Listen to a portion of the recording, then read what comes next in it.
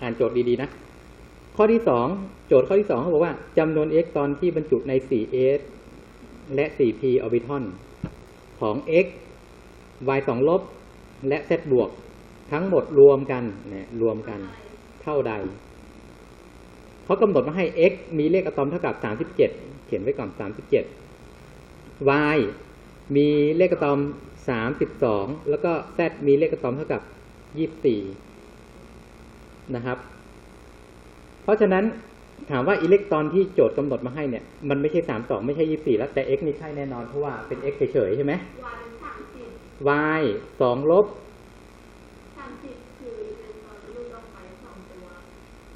ลบนี่คือหลุดหรือว่ารับเข้ามาสิครับเพราะฉะนั้น y 2 ลบก็จะมีอิเล็กตรอนเท่ากับเท่าไหร่ครับ34ไอ้ตรงนี้มี37 x มี37 y 2 ลบจะมีอิเล็กตรอน34นะครับ z มีเท่าไหร่ตรงนี้คือ24ใช่ไหมครับแต่ถ้าเป็นบวกก็แสดงว่ามันหลุดออกไปจาก24ก็จะเหลือ23มีอิเล็กตรอน23ตัวคราวนี้จัดเรียงอิเล็กตรอนก่อนจัดเรียงในระดับพลังงานย่อยใช่ไหมครับเพื่อจะดูว่าไอ้ 4s กับ 4p มีเท่าไหร่ใช่ไหมนะครับมาจัดเรียงเลย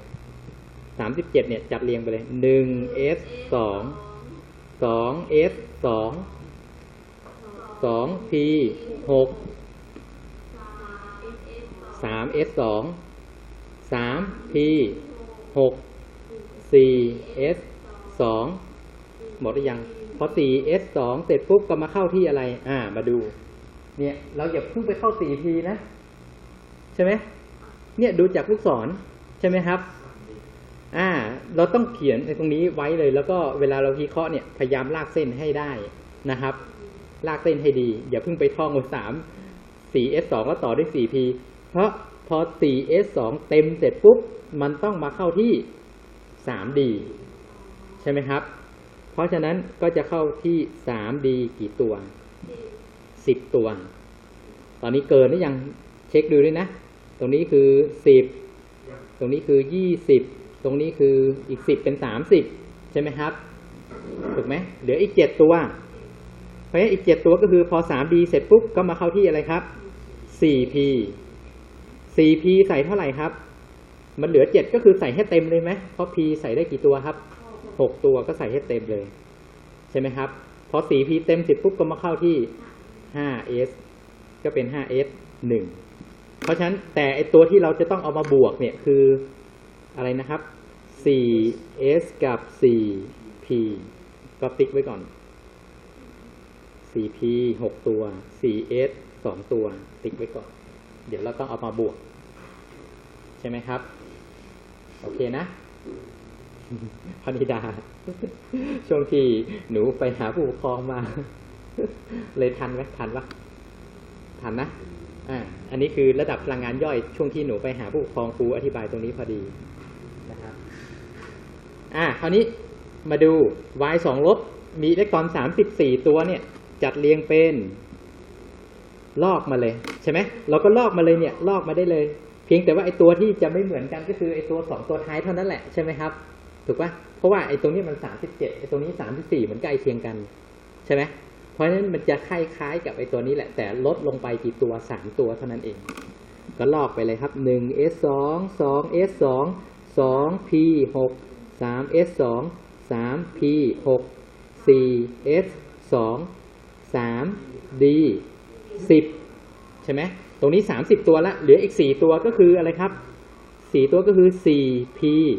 4ใช่ไหมถูกป่ะครับตัวที่เราใช้ก็คือ 4p กับ 4s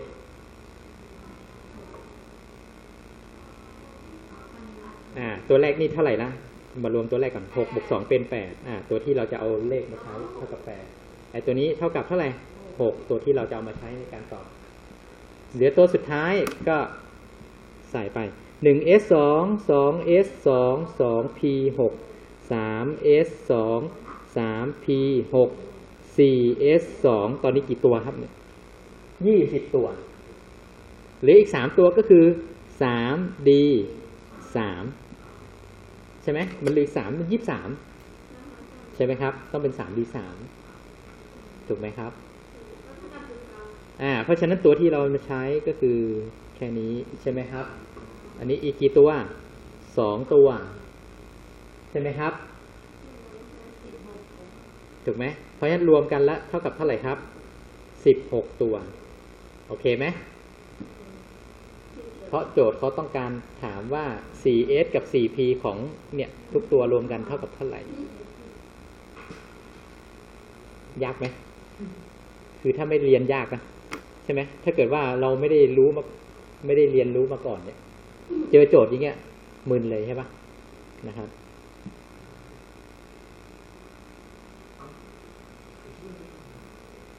โอเคนะเนี่ยเห็นความยากความแตกต่างระหว่าง O-NET กับ PAT หรือยังแล้วก็ข้อสอบเข้ามหาลัย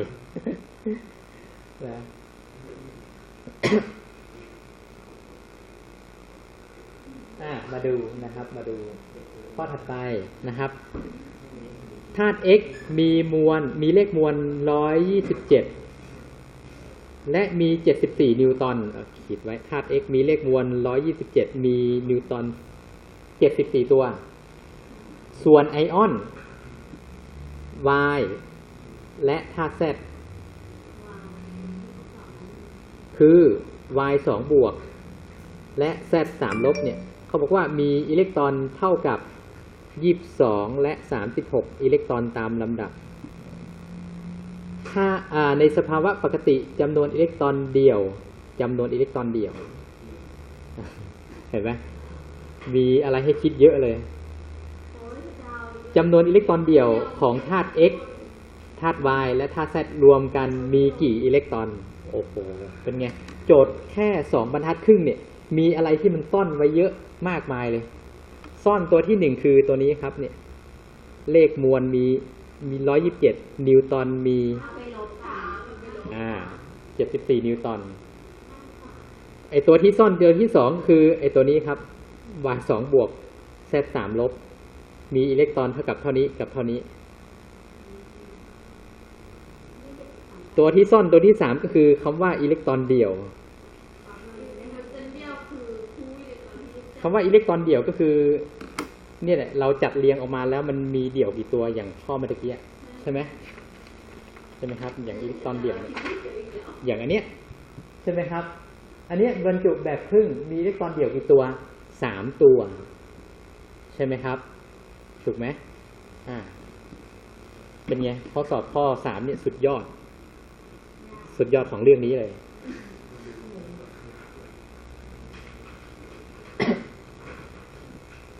คราวนี้เราจะมาเริ่มหาอะไรกันก่อนดีเลยเริ่มไม่ถูกเลยใช่ไหม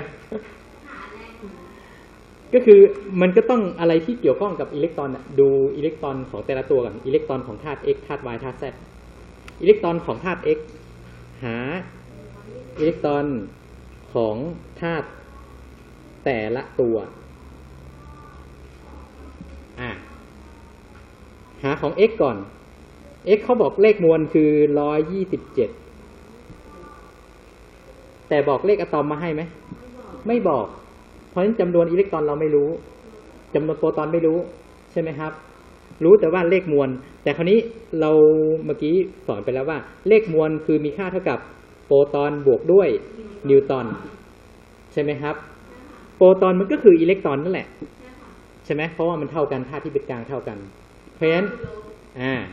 ตรงนี้ก็คิดไปเลยอิเล็กตรอนบวกกับนิวตอนเท่ากับ127ค่อยๆตั้งสติตั้งสมการแบบนี้ก็ได้นะครับอิเล็กตรอนคือสิ่งที่เราต้องการหาใช่ไหมครับส่วนนิวตันคือเท่ากับเท่าไหร่ครับโจทย์บอกมา74อิเล็กตรอนบวก74มันมีค่าเท่ากับ127เพราะฉะนั้นอิเล็กตรอนเท่ากับเท่าไหร่127ลบ74มีค่าเท่ากับ53 1ตัวที่เรารู้ x เท่ากับ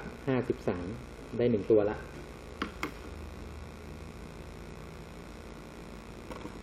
คราวนี้ y นะครับ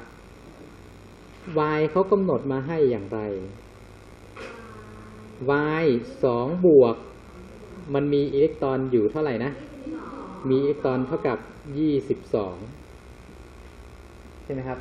ไอ้บวกนี่แสดงว่ามันหลุดออกไปใช่ไหมถูกไหมครับเพราะฉะนั้น y เดียวก็จะต้องมีอิเล็กตรอนเท่าไหร่นะเนี่ย y 2 บวกหมายความว่ามันอิเล็กตรอนมันหลุดออกไป2ตัวมันถึงเป็น y 2 บวกใช่ไหมครับเพราะฉะนั้นถ้าเกิดว่าจะให้เป็น y เดียวเนี่ยเอาอิเล็กตรอนไอ้2ตัวเนี่ยรับเข้ามาใช่ไหมจากเดิมเนี่ยมี22ก็บวกอีก2ก็เป็น24 y เดียวจะเท่ากับ24โอเคไหมครับคราวนี้ z 3 บวกมีอิเล็กตรอนอยู่เท่ากับ36 z 3 ลบ z 3 ลบเนี่ยแสดงว่ามันรับอิเล็กตรอนมาอีก3ตัวมันถึงเป็น36และเป็นอิเล็กตรอนเป็น z 3 ลบเพราะฉะนั้นของเดิมไอ้ z เดียวเนี่ยก็เอาไอ้ที่มันรับเข้ามา3ตัวเนี่ยทิ้งมันไปซะจาก36ก็จะเหลือ33เพราะฉะนั้นไอ้ตัว z ก็จะมีเท่ากับ33ตัวใช่ไหมครับแต่ไม่พอโจทย์ข้อนี้เขาไม่ได้ถามหาอิเล็กตรอนรวมกัน ใช่ไหมเจอโจทย์ข้อนี้2 คะแนนหนูทิ้งดีกว่า ใช่ไหมโจทย์เขาไม่ได้ถามหาไอ้ตัวนี้มารวมกันโจทย์ถามหาสภาวะปกติมีจำนวนอิเล็กตรอนเดียวถูกต้องเพราะฉะนั้นไอ้เนี่ย x 53 y 24 z 33เนี่ยนะครับมาจัดเรียงอิเล็กตรอนแบบระดับพลังงานย่อยซะสุด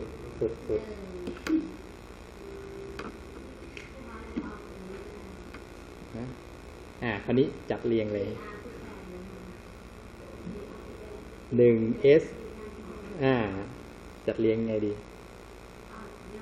เอาแบบย่อเลยถูกต้องเอาแบบย่อก็ได้นะครับตัวที่ใกล้ที่สุดของ x เนี่ยคืออะไรตัวที่38ตัวที่18 2 36คือคริปตอน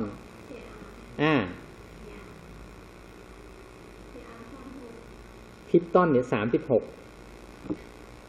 ใช่ไหมครับ36ตัวคราวนี้36ตัวเนี่ยมันจัดเรียงถึงไหนล่ะจำได้ไหมล่ะเราจำไม่ได้ว่ามันจัดเรียงไปถึงไหนถึง4p6 รู้ได้ยังไงเรียงแล้วโอเคเรียงแล้วก็ดีนะครับสำหรับคนที่ยังไม่ได้เรียงสอนคนที่เอาแบบอันนี้เลยนะครับค่อยๆไปเนาะ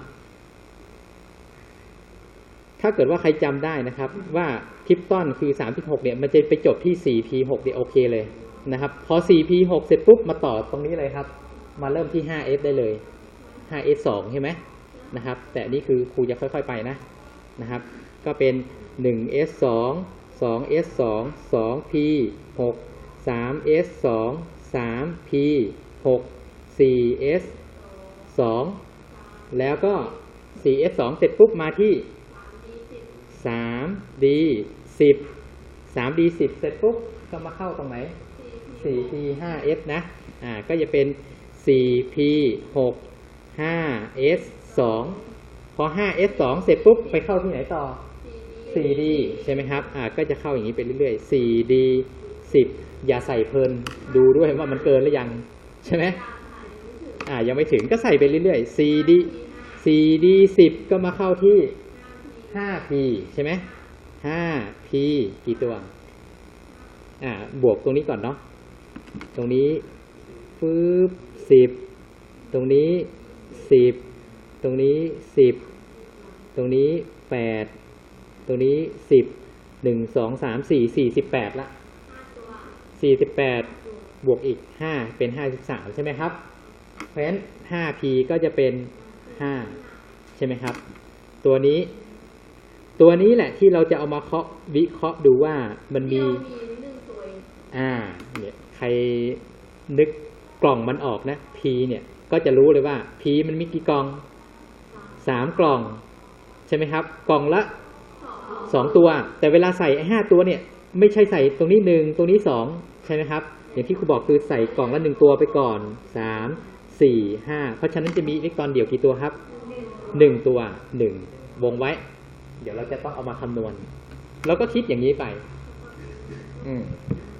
คราวนี้มาดูนะครับ y 24นะครับ y 24เนี่ย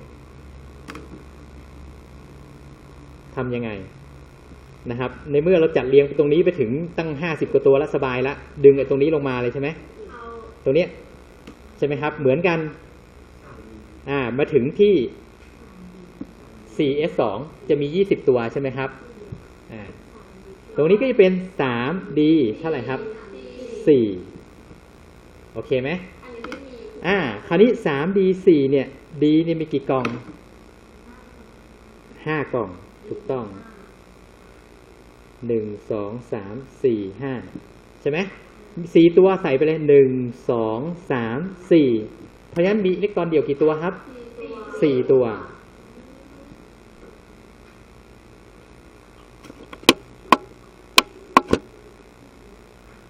โอเคไหมครับอันนี้ Z33 มาถึงนี่เลยวงมาครูเขียนเวลาครูสอนนี่มันครูสอนชอบสอนแบบเลอะๆนะ แต่พอเข้าใจนะว่าไอ้ตรงเนี้ยถึง 3D10 เนี่ยมันมีกี่ตัวละมี30 ตัวละแล้วก็ต่อด้วยอะไรครับต่อด้วย 4P กี่ตัวครับ3 ตัวคราวนี้เราก็เอาตรงนี้มาวิเคราะห์ P มี3 กล่องใช่ไหมครับ3 ตัวก็1 2 3ไปเลยเพราะฉะนั้นมีอิเล็กตรอนเดี่ยวกี่ตัวครับ3 ตัวเพราะฉะนั้นเขาถามอิเล็กตรอนเดี่ยวใช่ไหมครับของธาตุ x y z มีกี่ตัวก็มารวมกันใช่ไหมครับก็จะตอบ8 ตัวอันนี้คือคำตอบโอเคไหมครับสุดยอดเลยไหมเห็นความโหดไหม